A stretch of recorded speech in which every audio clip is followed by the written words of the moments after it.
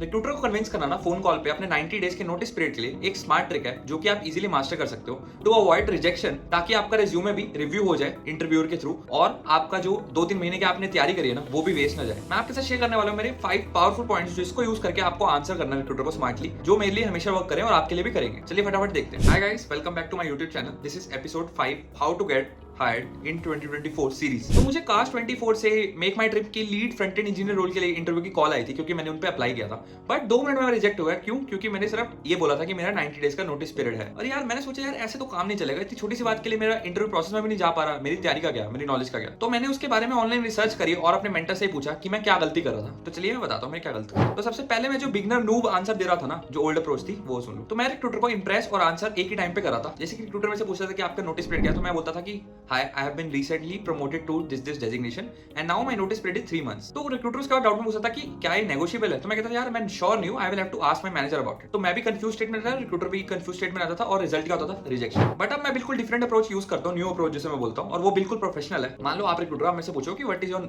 Notice period, तो मैं आपको बोलूंगा I just got my early promotion because of my capability to deliver multiple projects parallelly and now my official notice period on paper is 3 months, but I can get it reduced to 30 to 45 days because I have very good relationship with my manager and have zero deliverables because I recently delivered all my major projects and also I have 15 days leave balance that I can use to get my notice period reduced by 15 days। इसके बाद आपको recruiter का reaction देखना है। अगर उसको सही लगता ना तो फिर उसे बोल दो कि worst case I can join by 2 months if my manager does not agree। फिर थोड़ा ब्रेक लेके बोलो कि also I can get it reduced to 30 days if your company provides buyback option। But ध्यान से सुनना यार इससे पहले कि आप ये जो भी पॉइंट्स बोल रहे हो ना, ये सब इतने करेक्टनेस इनकी मैटर नहीं करेगी क्योंकि आपको इनसे हेल्प मिलेगी, आप इंटरव्यू प्रोसेस में पार्टिसिपेट कर पाओगे।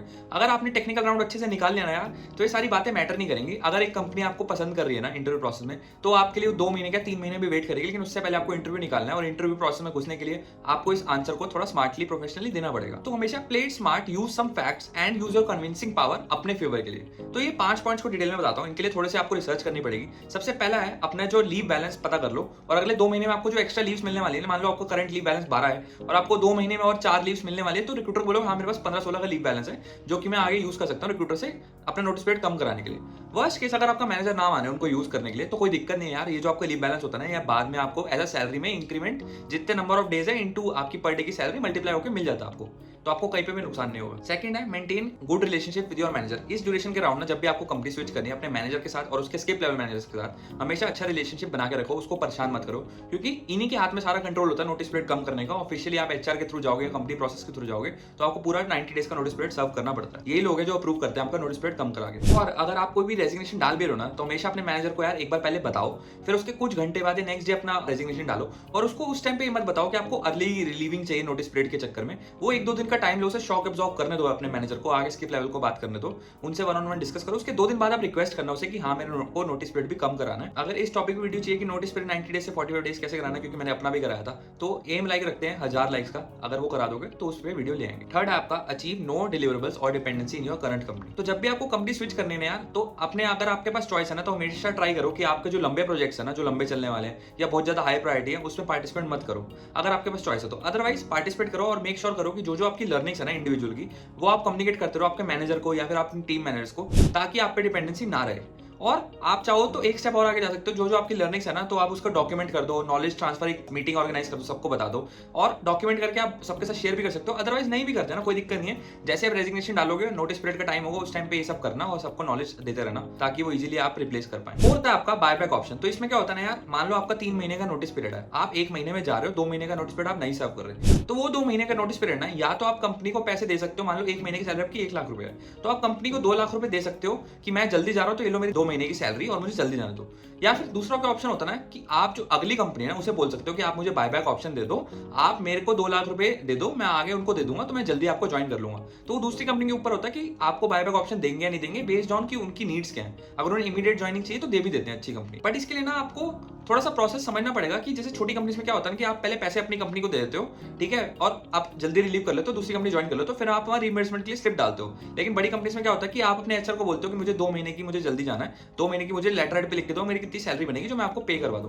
तो वो लेटर हेड आप अपनी दूसरी कंपनी को देते हो और वो डायरेक्टली एचआर से एचआर बात करती है दोनों कंपनीज की और पेमेंट ट्रांसफर होती है, आप बीच में इन्वॉल्व नहीं होते। तो वो रिसर्च कर लेना अपनी एचआर से बात करके, वो आपको प्रोसेस बता देंगे। बट इसके लिए ना आपको थोड़ी रिसर्च करना पड़ेगा कि कंपनी जो आपकी है वो बायबैक एक्सेप्ट करती भी है या नहीं करती, तभी उसे पिच करना, अदरवाइज पॉइंट नहीं है। काम का वो आपका बायबैक के पैसे ले लेगी और आपको फिर भी जल्दी छोड़ देगी। वो पहले भी बिना बायबैक के भी जल्दी छोड़ दे, क्या पता। तो उसके लिए सर्च करो 6 महीने और पिछले 1 साल में जो एम्प्लॉयज गए हैं उनसे लिंक्डइन पर कनेक्ट करके बात करोगे क्या कंपनी बायबैक एक्सेप्ट करती है, नोटिस पीरियड कम करती है तो कैसे कर देती है। और दूसरी एचआर से भी कंफर्म कर लो कि बायबैक के लिए पिच कर दो, तभी अपने मैनेजर और इसके मैनेजर को पिच करना, अदरवाइज वो आप पे उल्टा पड़ जाएगा, काम का पैसे देने पड़ जाएंगे। क्या होता है ना कि मान लो एक कंपनी के पास 2 एम्प्लॉयज है जो उनको ज्वाइन करने को रेडी है और एक को बायबैक देना पड़ रहा है और एक को नहीं देना पड़ रहा, तो नहीं देने वाले को प्रेफरेंस दे देंगे क्योंकि उनके पैसे बच रहे हैं यार, 2 महीने की सैलरी। आपको पता है टेक में तो 2 लाख रुपए 3 लाख रुपए सैलरी होती है पर मंथ, तो फिर वो फंस जाते हैं लोग। तो यार अपने अचीवमेंट्स हमेशा अच्छे से बताओ एचआर को, जैसे कि मैं यूज करता हूँ कि I was an initial founding engineer of a startup. दूसरा, I have worked on multiple heads of product like SEO, emailers, marketing, optimisation and delivery. तो इवन मेरे को रिक्रूटर ने खुद ही कह दिया था कि आपका जो एक्सपीरियंस है ना,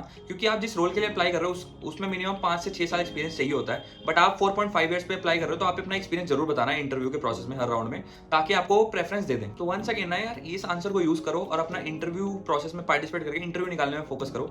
एक एचआर जो इतनी एनर्जी लगाती है आपको हायर करने में, 5-4 लोगों से आपका इंटरव्यू करवाती है, तो कंपनी आपके लिए 2 महीने का 3 महीने में वेट कर लेगी अगर आपका इंटरव्यू अच्छा जाता तो। और अगर आप ऑलरेडी नोटिस पीरियड सर्व करो, फिर आपको कोई कॉल आ रही है किसी एचआर की जॉब के लिए जो ऑलरेडी आती है, लिंक्डइन पे आप डाल दो सर्विंग नोटिस पीरियड, इवन मैंने भी डाल रखा है अभी भी, तो उसमें रिक्रूटर नोटिस पीरियड पूछना हमेशा जितने दिन बचे ना नोटिस पीरियड के -15 दिन करके बताओ।